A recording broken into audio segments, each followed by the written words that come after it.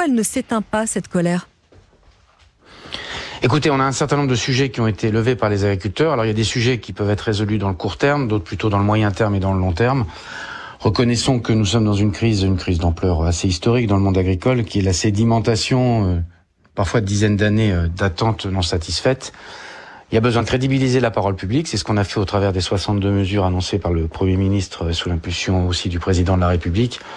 Des mesures de simplification, des mesures de modification de la PAC, un certain nombre de mesures conjoncturelles, je pense aux crises diverses qui sont traversées par le monde agricole, je pense à la crise viticole et à la crise des bovins. Alors, de premières mesures sont déjà sur la table.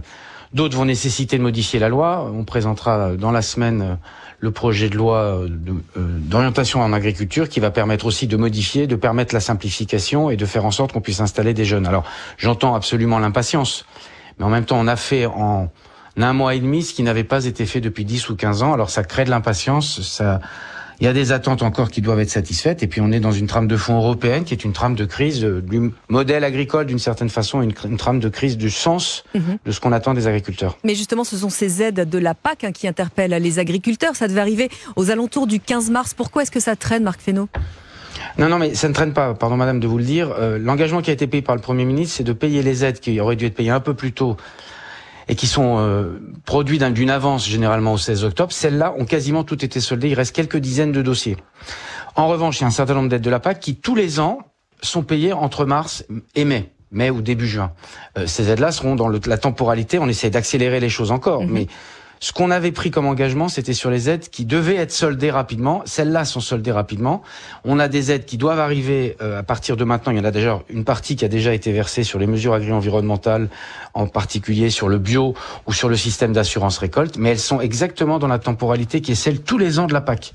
Et donc on peut pas nous faire un grief de ne pas avoir accéléré sur celles qui devaient être accélérées. On va continuer d'accélérer pour faire en sorte, parce que ça dégage évidemment de la trésorerie pour ceux qui sont les plus en difficulté, mais on est dans la temporalité qui est celle habituelle de la PAC, pardon de vous le dire. Et alors Gabriel Attal, 2 mois après le début de cette crise, ça fait déjà 2 mois qu'on a vu les tracteurs monter vers Paris, reçoit justement les syndicats agricoles demain. Qu'est-ce qui peut en sortir ? Que va-t-il leur dire ?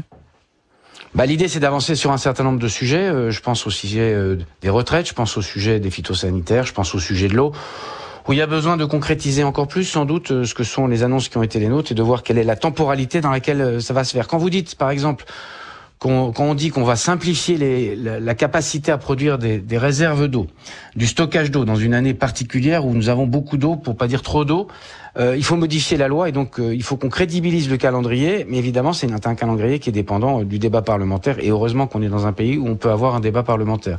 Et donc c'est ça ce qu'on va essayer de cranter demain et de préciser demain avec les organisations syndicales qui sont reçues. J'ajoute, quand vous regardez d'ailleurs en Europe, c'est un mouvement général, en Europe il y a 10 à 15 pays qui sont touchés par cette crise. Partout on voit bien la difficulté qu'il y a à crédibiliser la parole publique et à faire en sorte que les agriculteurs voient concrètement les choses. En tout cas demain on va s'appliquer à continuer à le faire.